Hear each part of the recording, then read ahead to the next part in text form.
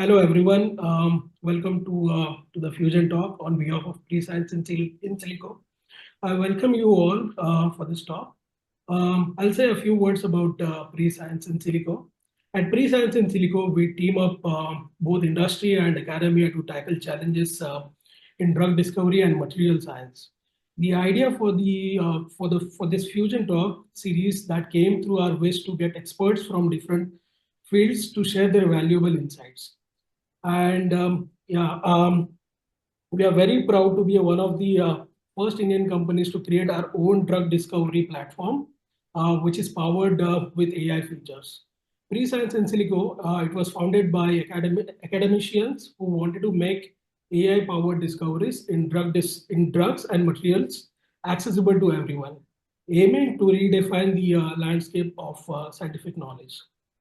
And now I'll come to the today's title of the talk, which is Computational Biophysics Meets Cancer Research, Modeling Conformational Changes to Understand the Driver Mutations. And now let me introduce you all to the speaker. She's Laura Orellana. She is multi-talented. She is basically a computational and structural biophysicist with a medical background and is passionate about physics and mathematical modeling. Currently, she is at Karolinska Institute working as assistant professor. She holds PhD from KDH and Stockholm University. She is having MSc in biophysics from Barcelona, Faculty of Physics. She has another MSc, again from Barcelona, where she has predominantly worked with structure and functions of proteins. She has BSc in biochemistry. Additionally, she has completed her one cycle of MD medicine, MD degree from University of Barcelona. And her research focuses on prediction of conformational changes in the protein and apply them to the in-depth integrative studies of mutations with the aim to generate new mechanistic hypotheses and test them experimentally. With this, I would like to hand over the stage to Professor Laura, and we are looking forward to the interesting talk from our side. Thanks for the super nice introduction, Anil.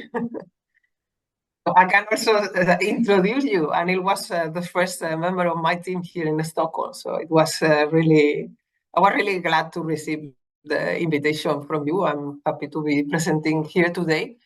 So I'm going to talk about mostly the research that got me into this path of studying cancer mutations that arise from my interest on understanding protein conformational changes.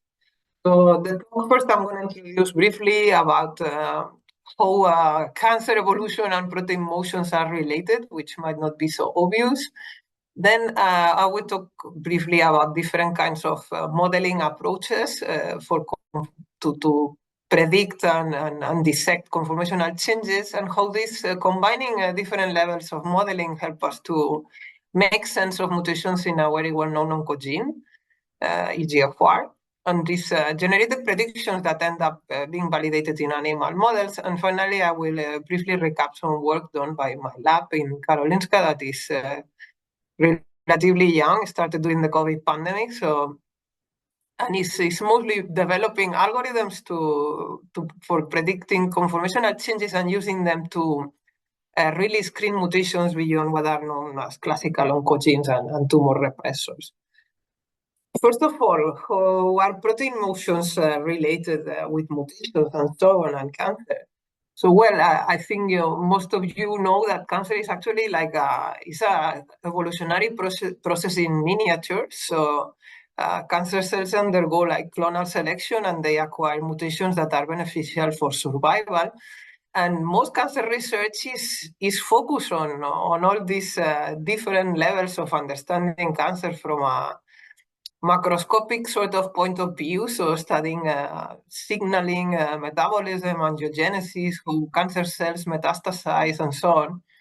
But at the very bottom of this, what's going on is as you know, evolutionary process to select mutations that favor the cancer cell.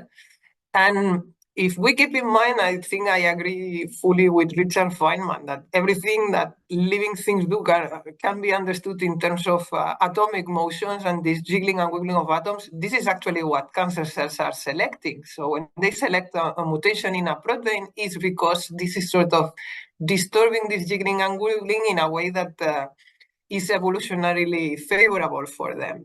So we have to keep in mind, on one side, to make sense of mutations, on one side, this evolution shaping this jiggling and wiggling of atoms at the biomolecular scale.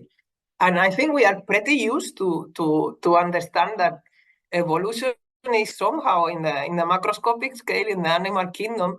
It's sort of obvious. We all appreciate that the shapes of animals are evolutionarily polished to perform some motions, but we are not so used to think on those terms about the proteins, and it's pretty much the same. So the diversity of structures that we see in proteins, they are actually coupled to the motion and the function that they do.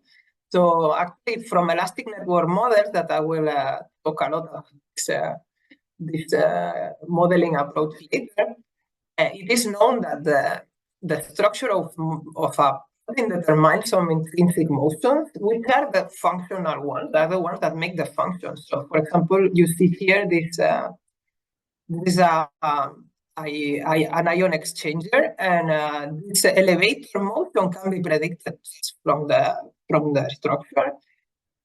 So evolutionarily, it's so relevant that basically it's served across evolution from bacteria to mammals. So this movie that you see here that actually was not working, now it's working. So this is the elevator motion. And what you see here is the superimposition of the structures of bacteria and mammals, that despite 4.5 billion years of evolutionary divergence, they still undergo the same inward and outward motion. So the similarity is incredible. So we have 20% sequence identity, but the core of the structure and this elevator motion is really, really conserved because it's essential for life. So you can understand this. There is some mutation that perturbs this functional motion, then this is really disruptive for the function. And this is the whole point of this presentation. So these evolutive processes in cancer, we think that they can actually, in many cases, they select oncogenic mutations because they are changing the intrinsic motions of proteins. They can also affect, obviously, the binding. But we are going to talk about this kind of dynamic mutations that change the function by changing the intrinsic motion. So this conformational changes the cycling of proteins between different states, active, inactive. This is usually coupled with binding to. So many cases, ligands, what they do is that they stabilize one conformation of the protein that is already sampled by a conformational selection mechanism. The problem is that this conformational cycling that is really key for biological regulation, because it's what it allows to turn on and off proteins to do different things, is really elusive for experiments and for simulations. So experimentally, it's difficult, obviously, to trap the intermediate states along a transition because they are transient by nature. And computationally speaking, as you know, we are limited. We use classical MD, that is the technique most adequate to simulate these timescales.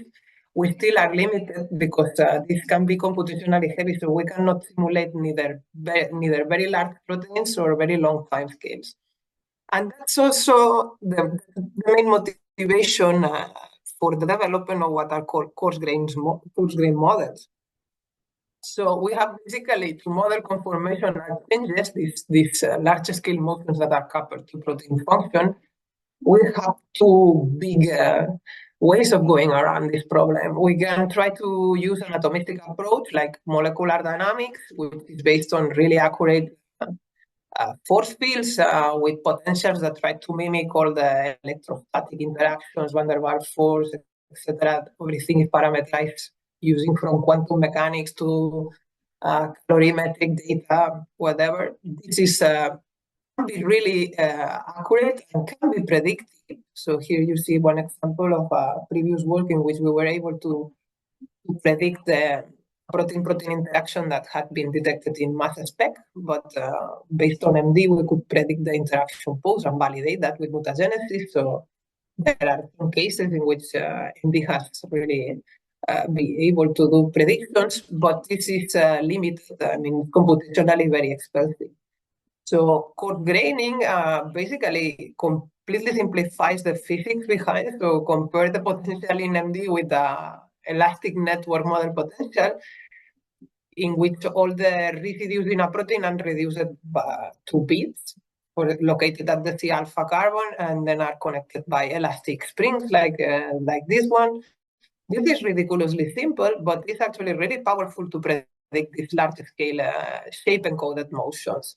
So these motions predicted by elastic network models, they are really overlapping fully with the transitions that are seen in the protein data bank between the different conformations of many proteins. And this does not require supercomputing resources, so it can run on a laptop in a few minutes and can really give you a prediction what's the other conformational state of a protein. And we have also shown that this kind of super simplified potential, if it's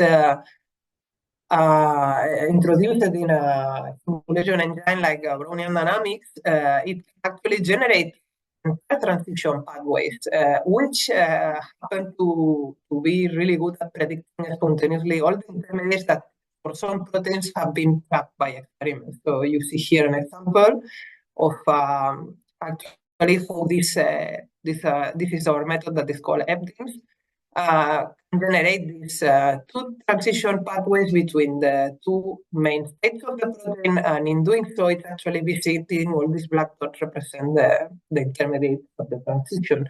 And this is how it comes with, for example, a bias MD simulation that is sampling more or less the same area. So it's really good and it's really fast. I will come back later to this at the end of the presentation.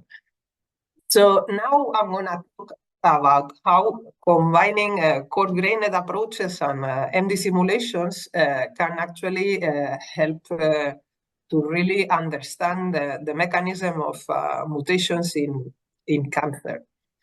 I'm going to talk about our research with the epidermal growth factor receptor, EGFR, which probably you have heard about. Is one of the first oncogenes discovered and is a key drug target in many cancer types. So you find is what I would say is probably after KRAS, I think is the second most mutated oncogene. So this protein is a single pass transmembrane receptor. And what you see here is an idealized depiction of what was thought to be the mechanism. This picture comes from the protein data bank molecule of the model.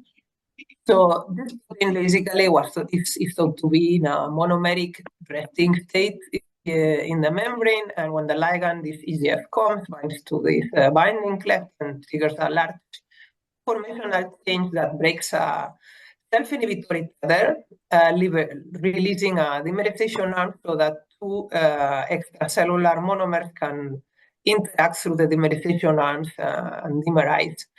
And this extracellular dimerization then triggers kind of dimerization and activation.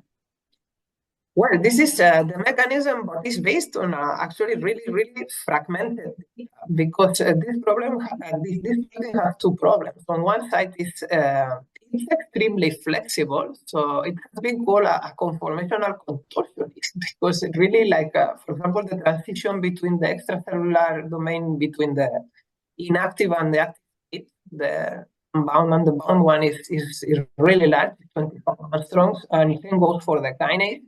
And on top of that, since this has a very fragile transmembrane tail, it has been impossible to obtain a full-length structure. So basically, the picture and the interpretation we do from all the available data comes from these really fragmented pieces of the extracellular transmembrane and intracellular domains of EGFR.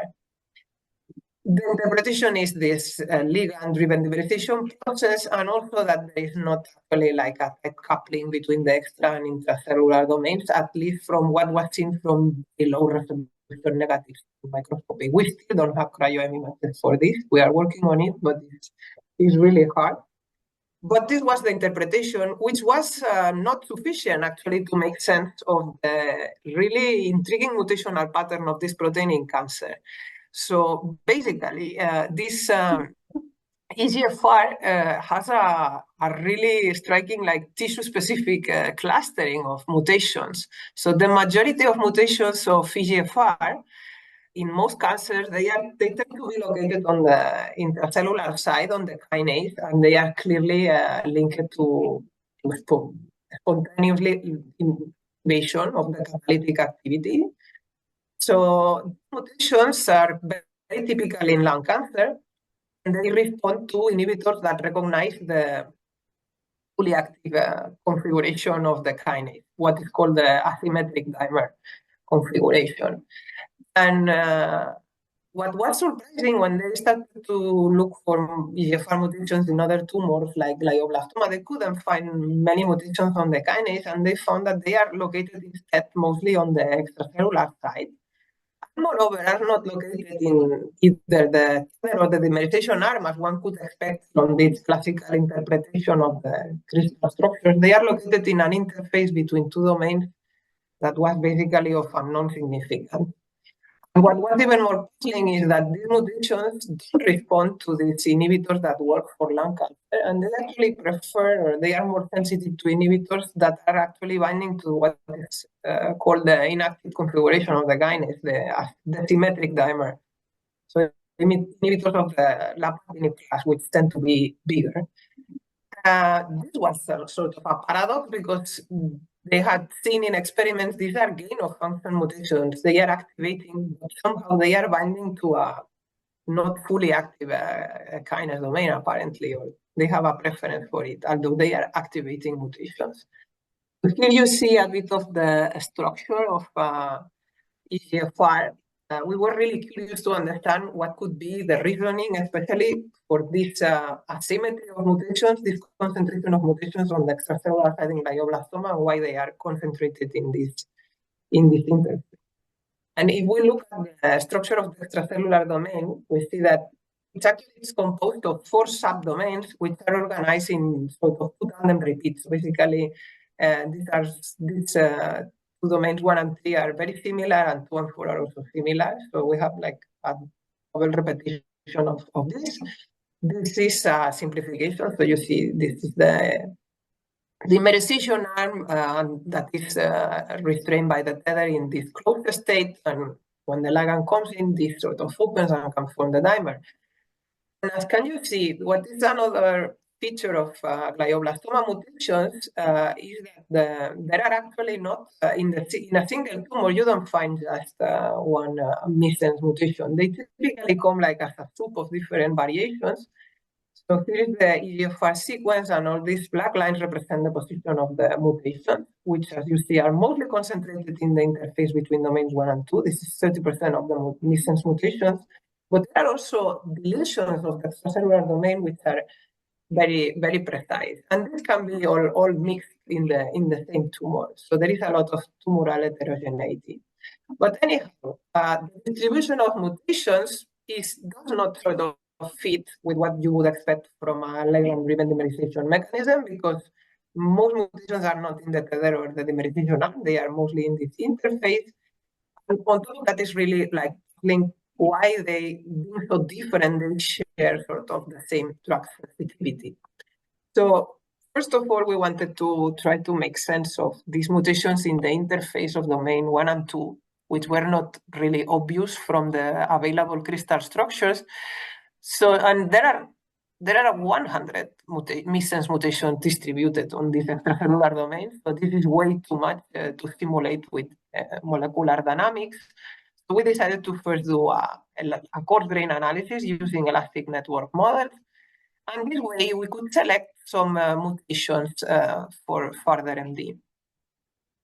Here you see the frequency of mutations along the sequence. And as you see, there are all these are the mutants are actually all in this interface between domains 1 and 2. There is just one mutational peak in the tether, but it's not the major one. The majority of mutations are located in this sort of intriguing area. So for elastic network models, we use a method that we had already, a force field that we had already developed based on a database of ND simulations and also experimental transitions, which is called ADNM. And with this method, what is actually predicting is that the large scale motions of this extracellular domain are rather like twisting, bending, and scissoring motions of this tandem repeats, but not like a full-fledged opening. And we need to see, and this will come back later to this, that there is actually a hint in between the tandem repeat that corresponds with the epitope for an antibody that will be very important later. But the interesting thing is that these motions use as a hinge surface this interdomain area between domains 1 and 2. And you see here, like this is the depiction of the big factors computed from this elastic network model, and you see how these mutational clusters fall perfectly like in the hinges for these fluctuations, which was really interesting. So based on this, we did further perturbative screening, in which you try to sort of mimic the effect of introducing mutations in different areas of the structure. And we determined that basically of the interdomain interfaces where there are mutations concentrated, the one that is the hottest from a dynamical point of view that according to elastic network models would have the largest impact on these large scale motions, that's exactly with the area where most mutations are located. So there was like a nice overlap between the region with the highest density of mutation and the region with the highest dynamical impact scores computed from elastic network modeling. Based on this, we selected 2 mutations for ND simulations, the preliminary ones, and one of them was a known oncogenic mutation. This RT4K had already been studied, but this one is close to this. The first one is really close, but this was basically what they call a boost, a variant of unknown significance. So it had never been tested in animal models or cell studies or anything. It was just reported in databases. And we can see that in actually like a relatively short time scale below 100 nanoseconds, and comparing with the wild, the simulations of these missense mutations in some trajectories, they tended to so they were spontaneously twisting and then breaking the tether, but they were acquiring a new conformation that does not look at all like any of the conformations trapped in crystal structures. So you see here, this is what we call the twisted and tethered state. So what you see here is the dimerization arm is accessible, but this is not open as it would be in presence of the ligand. This is the configuration of EGFR in simulations in which you introduce the ligand. After 100 nanoseconds, you can actually see opening of the receptor to something that resembles more what is seen in the crystal structure. You see, we have a dimerization arm accessible, so this is potentially activated. It can be activated and dimerize extracellularly and activate the kinase, but it's not at all like neither the closed state, which is the one that mostly like the wild stays on, and it doesn't look also either like this fully open state. And what was also interesting was when we realized that when these mutations are doing this, they are actually exposing this is a brief recap of other simulations that we did to further confirm this finding. So we were also like trying to extend the time scale, and this was also interesting. We could see that actually when you simulate for a longer, you can also see the wild type receptor transitioning to this twisted intermediate. It's just takes longer. And we end up simulating other mutations across representative of the three mutated interfaces in the extracellular domain, and most of them tend to do this sort of twisting motion, and the same is observed when we introduce the membrane.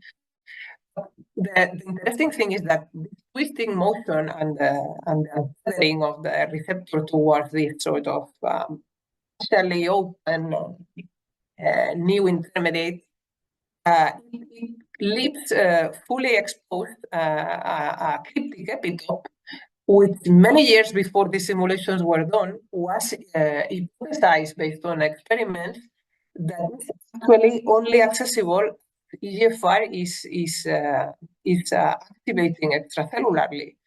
So there were some researchers in the Institute for Cancer Research that they were working, they developed this an antibody, and then they found that this is the epitope for this is a cryptic epitope, so it's just accessible specifically in cancer cells and fast replicating cells, and in some conditions, and they determined that this is something that recognizes a transition state in this conformational change between the closed to the fully open state when EGFR is activated. And they determined this is something that does not resemble any of the crystal structures, because in the crystal structures it's impossible actually to dock the antibody onto the epitope because it's buried. And they also determined that this is anti-death. So basically, they hypothesized based on this antibody against a cryptic epitope that there is a transition state for EGFR, which is not open, not closed as any of the crystal structures. It's anti-death and this epitope accessible. And these are exactly the features of what we had found in simulations of these missense mutants. But the problem is that these missense mutants have never been related at all with the antibody. So that was something new. So here you see how actually it's possible. There is a structure of the antibody. It's called antibody MIB806. It's a monoclonal antibody. There is a crystal structure of the antibody in complex with just the epitope loop. They were never able to trap the whole transition state, because probably it's really flexible, as we could see in the simulations. And you can see here to dock this antibody onto the twisted intermediate. So this is perfectly accessible and has a similar configuration to the epitope seen in crystal structures.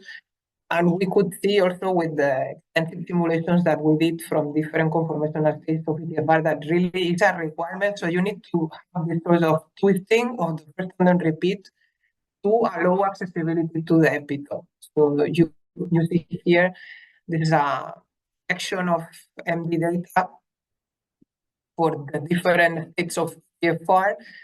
This is the distance. So basically in blue, this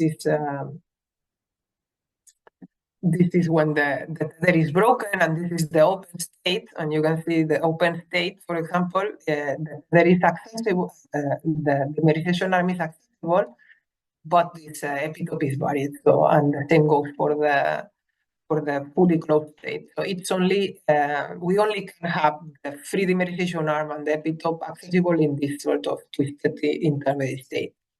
So what's the point of this? This was already interesting because it could open like a therapeutic avenue to treat these mutations. But moreover, after thinking a bit about the mechanism and also how this antibody was developed, we realized that actually this antibody, MIB806, the original antigen to develop it was EGFR delta 3, which is actually the most frequent mutation in brain glioblastomas. And this is a deletion of all the first and then repeat of the protein. So basically half of the protein is gone. And this is usually found along with the missense mutations. So we realized that actually the EGFR delta 3 is basically removing the same part of the protein that these missense mutations tend to displace with this sort of twisting motion. And this suggests a potential explanation why they actually share the same drug sensitivity. So if we thought that maybe if these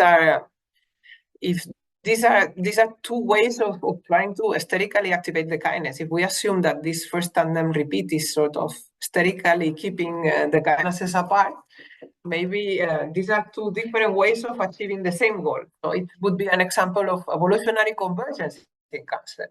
So as you know, this evolutionary convergence is finding different solutions to do the same thing, right? So if you want to fly, you can evolve wings, and apparently this glioblastoma cells, if they want to mutate the GFR from the extracellular side, they need to sort of either displace or remove this first tandem repeat.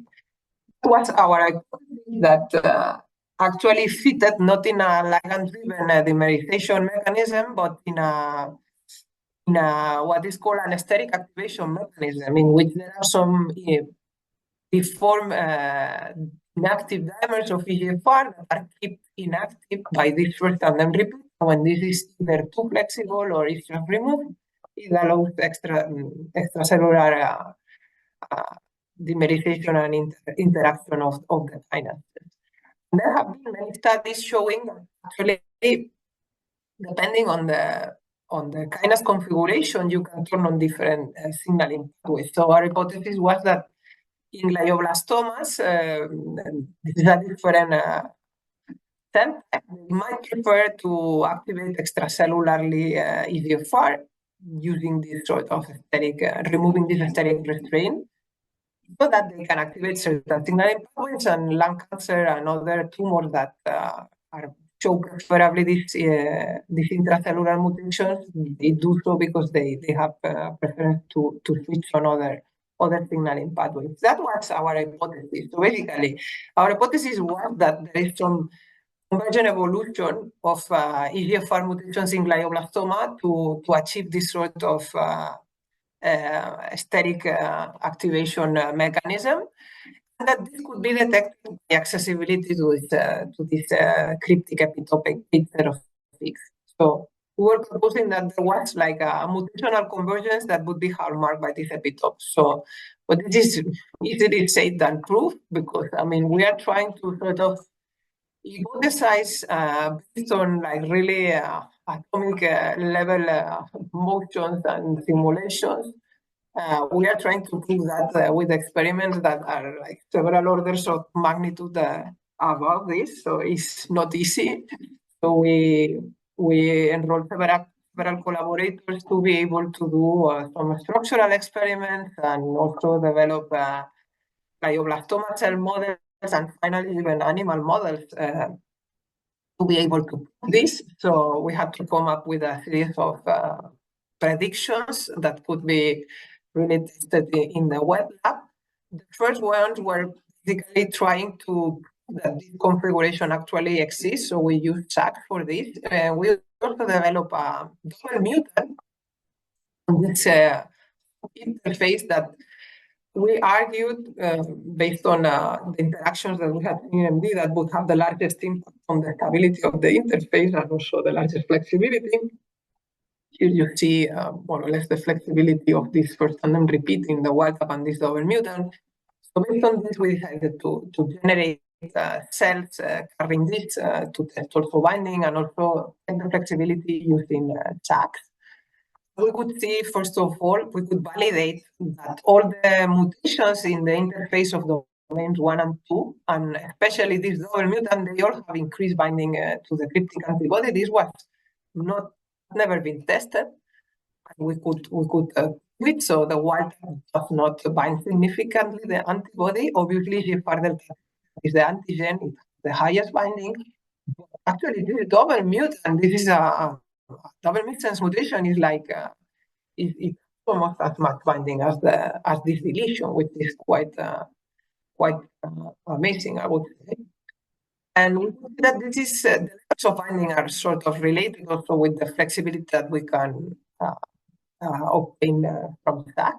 We were able also to actually visualize both the wild receptor solution, which was something that had never seen before. And you can see here, like the missense mutants, they don't have this clear tether density, so they are untethered. And after trying several fitting approaches, we were actually able to validate that these missense mutations, they are actually something like a conformational ensemble, so they are transitioning between tethered and twisted states, and actually the wild type is also doing this, as we could also see in MD simulations, but is less frequent. So the population of twisted conformers is lower for the wild type than for the missense mutants. And then, thanks to a collaboration with the Ludwig Institute that developed the antibody, they created an extended panel of cells, of glioblastoma cell models, which were carrying mutations not only in the interface of domains 1 and 2, but also in the and in other interfaces, because our hypothesis was that actually all extracellular mutations in EGFR found in glioblastoma, they all have sort of the same mechanism, and they should all have increased binding to the antibody 806, and they could validate this. So here you see how this is a panel of different mutations in several interfaces of the extracellular domain. They all have increased binding. The double mutant has the highest binding, and this is a binding for the wild type, and this is a control mutation that we had also tested in silico. It's found in cancer databases, but is related actually to resistance to cetuximab, so nothing to do with the mechanism, and of course it does not absolutely bind to the antibody. We could see that all this benchmark of mutants, they all share the same drug sensitivity, so they share binding to the antibody, and they share increased sensitivity to these inactive inhibitors that bind to the symmetric kinase.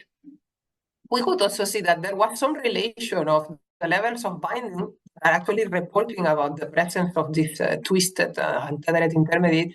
They are somehow related to phosphorylation. So, for example, the stronger binding and the stronger phosphorylation is found for the double mutant. And we could also see that, and this is the most interesting, one of the most interesting experiments, I think, we could see that there is a clear allosteric coupling between the intra and extracellular sites. Actually, when you treat all these mutants with inhibitors of class 1 that favor the fully active kinase, the binding to the antibody decreases. And when you treat them with inhibitors that further stabilize this inactive sort of intermediate configuration of the kinase, the binding to the antibody even increases. And this is also seen for the wild, which usually does not bind much to the antibody. But if you treat it with an inhibitor like lapatinib or neratinib, that is of the same class, but is a reversible one, you can sort of increase the accessibility for this antibody even in the wild. So this is telling actually that it's contrary to what was hypothesized before. There is a tight allosteric coupling of the intra and extracellular sites. So this is actually binding a drug from the kinase in the kinase domain and changing accessibility for an antibody in the extracellular site. So there is clear allosteric communication going on here. And then with the Institute, finally, they created animal models, the orthotopic animal models that had the tumors inserted in the brain. And they could see that there is also a relation between the antibody binding and also the oncogenicity of the tumor. So actually, this double mutant that was created in silico has all the parts an incredible tumor growth rate. So in just 2 weeks, the tumors are really enormous compared with the single mutant. And this obviously is also inversely correlated with animal survival.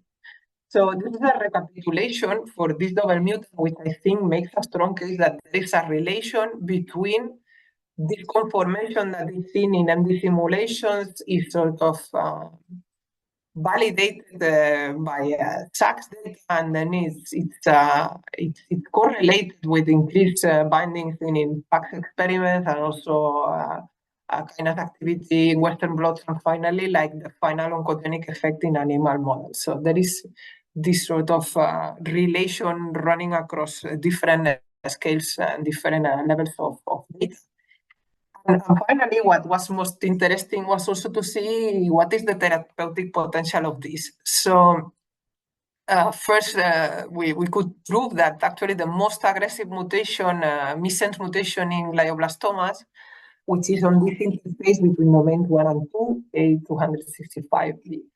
So this responds to therapy with the antibody, and this had never been seen. And then we could show that actually, as we had hypothesized, like all the mutations in the extracellular domain, these are this benchmark of representative mutations that was developed to they all respond to treatment with the antibody. And what is even more nicer is that actually even the wild type, based on this allosteric coupling that I was explaining, can be also sensitized to this antibody by treatment with an inhibitor like lapatinib. So you see here the inhibition with very high dose antibody is not that great. With lapatinib alone is not bad, but if you join them together, so you increase the accessibility of the wild type for the epitope accessibility for in the wild type receptor, so that it can also become sensitive to binding by the antibody, and then the result is synergy. So this is like exploiting allosteric coupling to enhance a therapy. So because we are targeting the receptor at the same time intra and extracellularly with a drug and antibody that bind to the same conformation. So this is a recapitulation of the evidences for all these different experiments that support this convergence of mutations in glioblastoma. So I think this is a kind of rather rare occasion in which luckily we had some clinically relevant molecular dynamics predictions, and I think it's really it makes a really strong case that when using this kind of reasoning based on the different conformational states of proteins, you can really make a lot more sense of the existing data. So here we could connect completely separate research on missense mutations and also on this antibody that had never been related before. We could visualize the structure of a transient state that had been predicted from experiments, but was absolutely eluding structures because it's flexible. And I think it's a really nice demonstration of how evolution can really fine-tune like protein structure and dynamics to do whatever function is desired in a cancer cell. So here we have an example of in the same tumor, trying by all means, by mutating different interfaces and removing parts of the protein to achieve this kind of extracellular to intracellular activation of this receptor. Now I'm gonna talk about how we are trying to extend all this idea to basically look whether we can find new driver mutations way beyond these classical oncogenes, but also in the classical oncogenes, because, for example, in our previous study, we were able to find that many what were considered variants of unknown significance were actually oncogenic in silico, and they were proved to be oncogenic also in animal models and in patients too. So we are looking, cancer genes are usually classified according to the evidence supporting their involvement in cancer into this tier 1 and tier 2 classifications, but we are actually looking on the unclassified ones, because there are many, there are 15 million missense mutations in Cosmic and the TCGA collection, and most of them are reported in proteins that are not in the cancer sensitive gene. And we are using all these ideas to sort of screen them, because we think that there might be actually many more functional mutations out there. So this is briefly some work that was done by Anil before leaving our group. And he was actually looking in some proteins that we had been studying, because they undergo these conformational, very clear conformational transitions, and they are also carrying mutations. This is one example of pentameric ligand-gated ion channels. These are known mostly as neurotransmitters, and they are actually, although the main function is in the brain, but they are expressed throughout all the human body. So, and they are related to controlling mostly cell depolarization, and in some cases they have been related to stem cell and cell proliferation and malignant transformation. But there is there had been never a study of the mutations that are found in cancer. So we were actually focusing on the glycine receptor, which is the better characterized of this family because it's linked to a hereditary disease, a Mendelian disease that is called hyperplexia, startle disease, which is a neuromotor disorder that basically impairs glycinergic inhibitory neurotransmission. So there has been a lot of research done into the missense mutations associated with this disease, which basically cover most the different hotspots of this protein, mostly related to the gating function that it has for chloride ions. And we observed that actually, if you look at how the mutations are distributed in the glycine receptor genes, this is for hyperplexia, the red dot, and these are the frequencies of cancer mutations found for this family of genes. You can see that there is a high concentration of cancer mutations around the same area where most of the hyperplexia mutations are located, which corresponds to the helices that are lining like the central pore of the protein that is responsible for gating. And actually the top mutant in cancer is not found in hyperplexia, but it's just next to other mutants. And there are actually many mutations that are exactly identical in the Mendelian disease and are found in cancer cells. We already have functional data for these mutants. So we decided to actually study the impact of these mutations in silico. And we could see that they are perturbing the pore and they are causing like chloride leaking currents. So we think that these mutations might actually help to depolarize cancer cells, which is something that has been related with cell proliferation.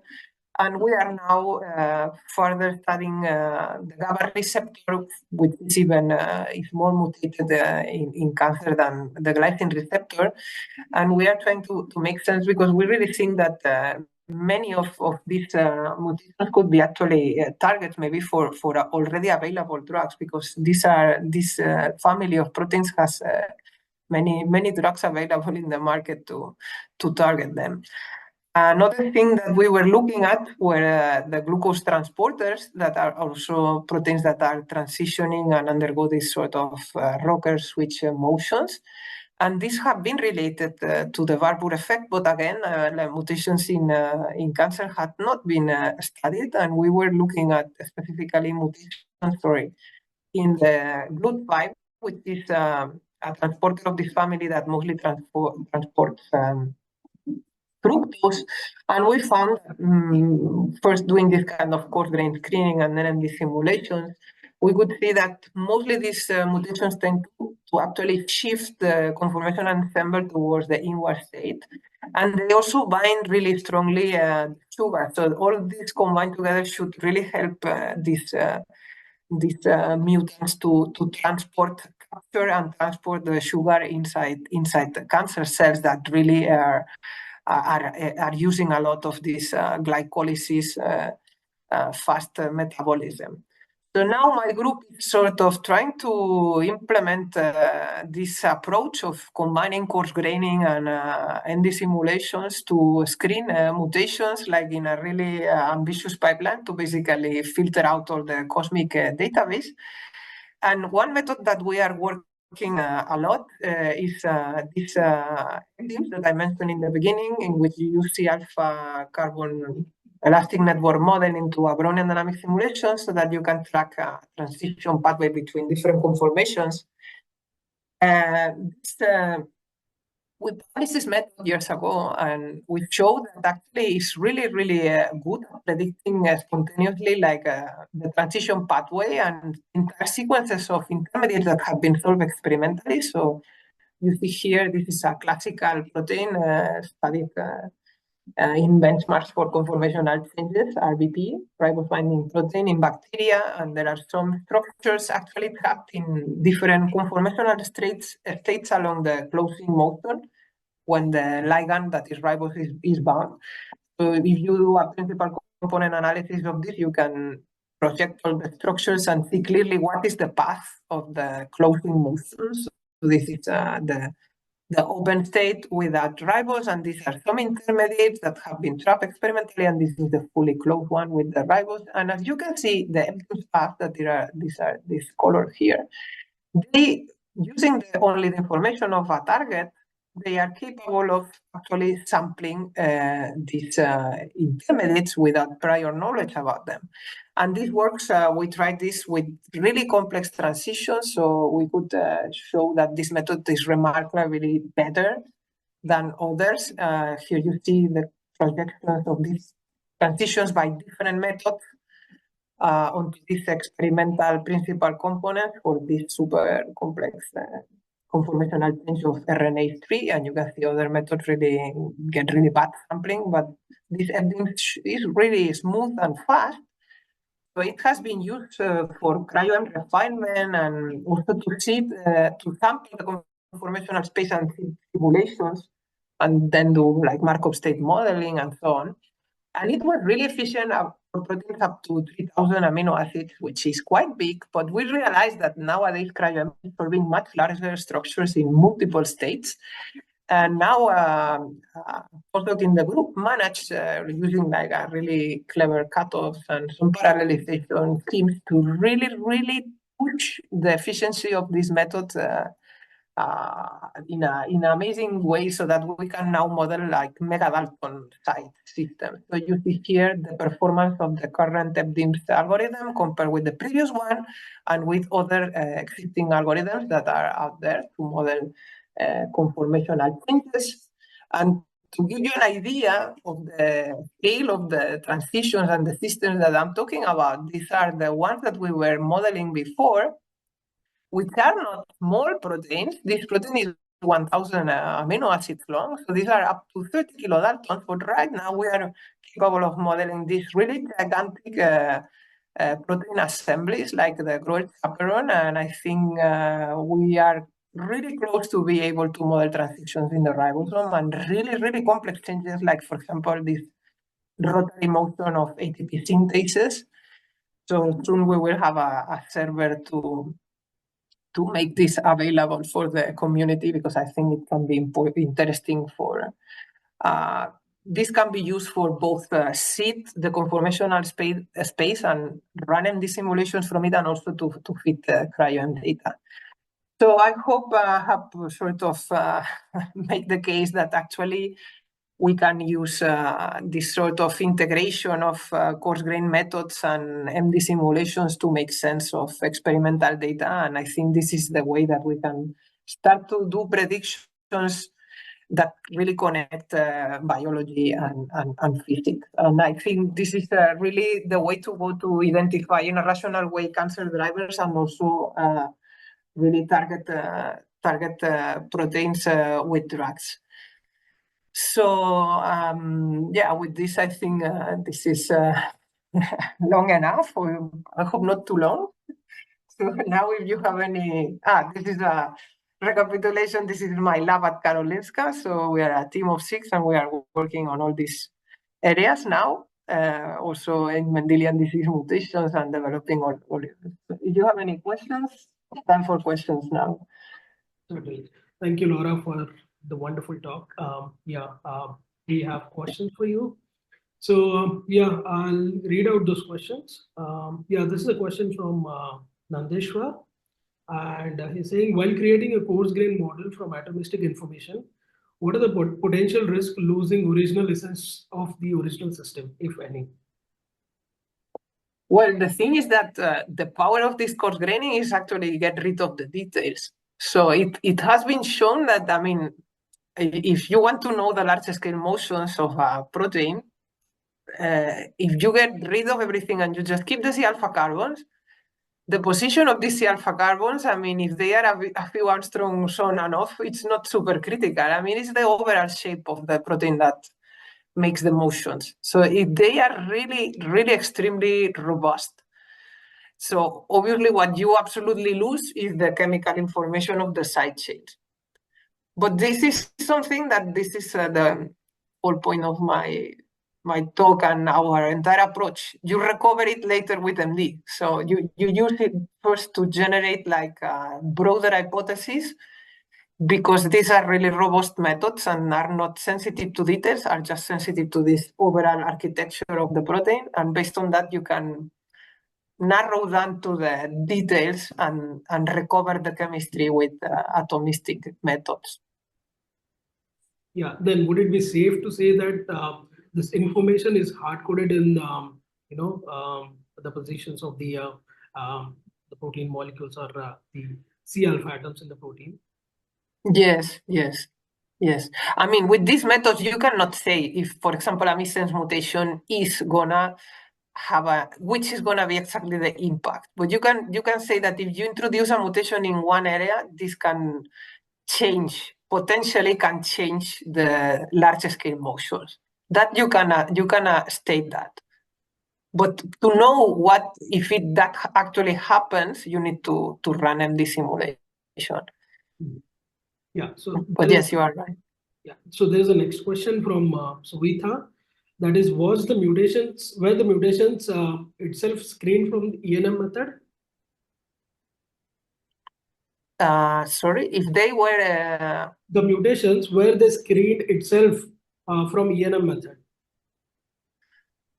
If they were screened from normal mode analysis, yeah. Yes, we used the normal mode analysis to filter out the mutations that were presumably the ones that could have the largest impact on the normal modes.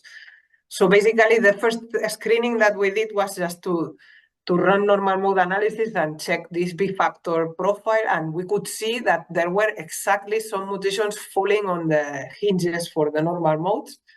So these were really the first choice. And then doing this perturbative screening, you can sort of extend that to like a larger area, but still we were able to sort of filter out and focus the study on less mutations. So the point of using coarse graining is sort of shorten the list of MD because you cannot do it for all. Yeah, actually that has answered the next question, which was about why coarse grain when we can get atomistic details from longer duration of atomistic dynamics. Oh yeah, but if you have a list of 100 missense mutations, I think it's not even necessary. I mean, you really want to have a global idea how they work, no? I mean, first it's not feasible. You imagine you want to do this properly, you need to run multiple replicates for each missense mutation, and then you have also the question, if you get a new mutation, what then? You need to run again. In theory, this allows you to narrow to hotspots where you can have a reasonable chance of saying, okay, if there is a mutation that happens to be in this area, might be a hot mutation. Yeah, and there is a next question from Hemachandra. The question is, what are the softwares used to perform this computational study? Well, for the yes, I was not giving much details about this. For the elastic networks, we use this ADNM, which is was published many years ago, 2010, and then we use it also at DIMS, that is published in Nature Communications 2016. I think I have the reference for the presentation. And all the simulations were done mostly first with Amber and then also with GROMACS. Mm-hmm. So we were using both for simulations and analysis and so on. Yeah. So there is another question from Hemachandra that with reference to your transition state related work, can we study HMG, CoA reductase inhibitors with respect to transition state? Sorry, yeah. I don't get the question. Yeah. So with reference to your transition state related work, can we study HMG CoA reductase inhibitor with respect to transition state? So I guess it should be possible to do it. I mean, if you have two different conformations of your protein, you can always, I mean, it depends a bit of the scale of the transition. If it's a really local transition, like GPCRs that are sort of about moving loops and things like this, maybe then this coarse graining is not the ideal method. But if you have like a large scale transition of which involves some rigid body motions, then you can use either elastic networks or one of these path sampling algorithms to generate pathways and get a hint about the intermediate transitional states and so on. Next question. Yeah, can you suggest any useful software for RNA sequence data analysis? Because we don't work on that. I have no. Then there is next question. What are the minimum computational requirements for running such analysis? Well, for the coarse graining, you can do that with a laptop. That's the whole point, is that it allows you to do a lot of exploration basically with any laptop. So you have a Mac, and you can run this. Even for these super large systems that I was showing, of course, if you run the ribosome in your laptop, it can take even with this optimal method, it can take a couple of days. A ribosome, or 1 day, 1 to 2 days. But if you run it in a cluster, then you can get it in hours. And actually, like as this scales with the size, the largest systems that we were showing, like really big systems like the Groll Chaperon and so on, you run that in the laptop in a few hours. If you are checking one middle-sized protein or like proteins around 1,000 amino acids, you run that in minutes. So for the majority of proteins, it runs really fast. So you can play a lot around generating conformational ensembles with these methods. Yeah, since there are no more questions, I would like to ask a question. So regarding this EGFR mechanism, so in one of your slides, I saw that the evolutionary response, so it tries to, adopt the different mechanism for this EGFR, being active in nature. So would it point towards, let's say, drug resistance towards, the new drugs which are, being considered for cancer treatment or something? Yes, what I have seen, this is a bit of my experience, because I get questions from clinicians that find new mutations and so on here at Karolinska Institute, and also collaborators, and we need to look into this in the databases. But the impression is that if they give, for example, some class of like the classical kinase inhibitors to lung cancer patients, which are of class 1, like geofitinib and so on, they tend to start to get mutations on the extracellular side that are like the ones in glioblastoma. and the other way around, it's like probably, yes, it's relevant. Apparently, cancer cells are very clever, and if you give them something, they might try it the other way. Maybe it's not the first choice for them, but then they try it. So yes, I think it's super important, and the same goes for antibodies.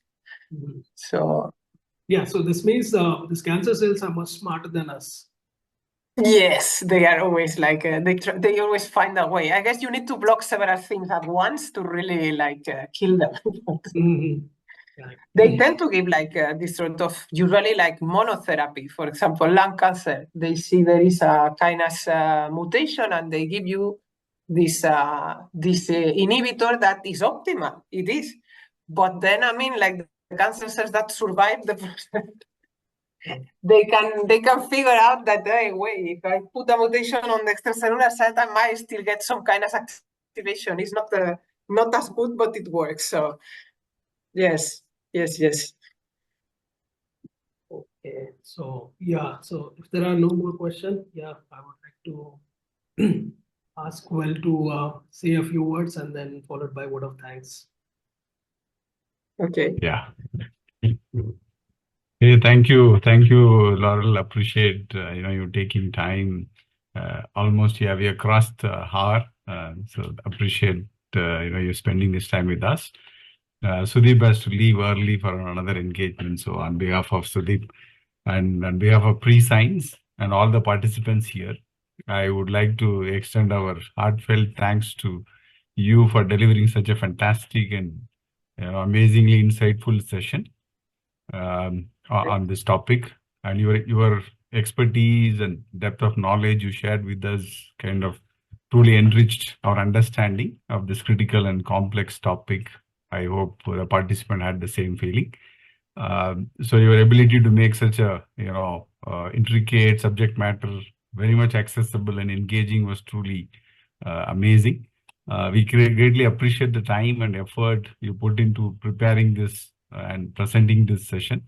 Yeah, of course, definitely it has sparked a lot of interest and curiosity among all the participants.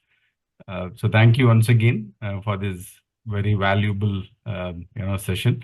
We look forward to future opportunities to learn from you. And on the same note, I would like to thank all the participants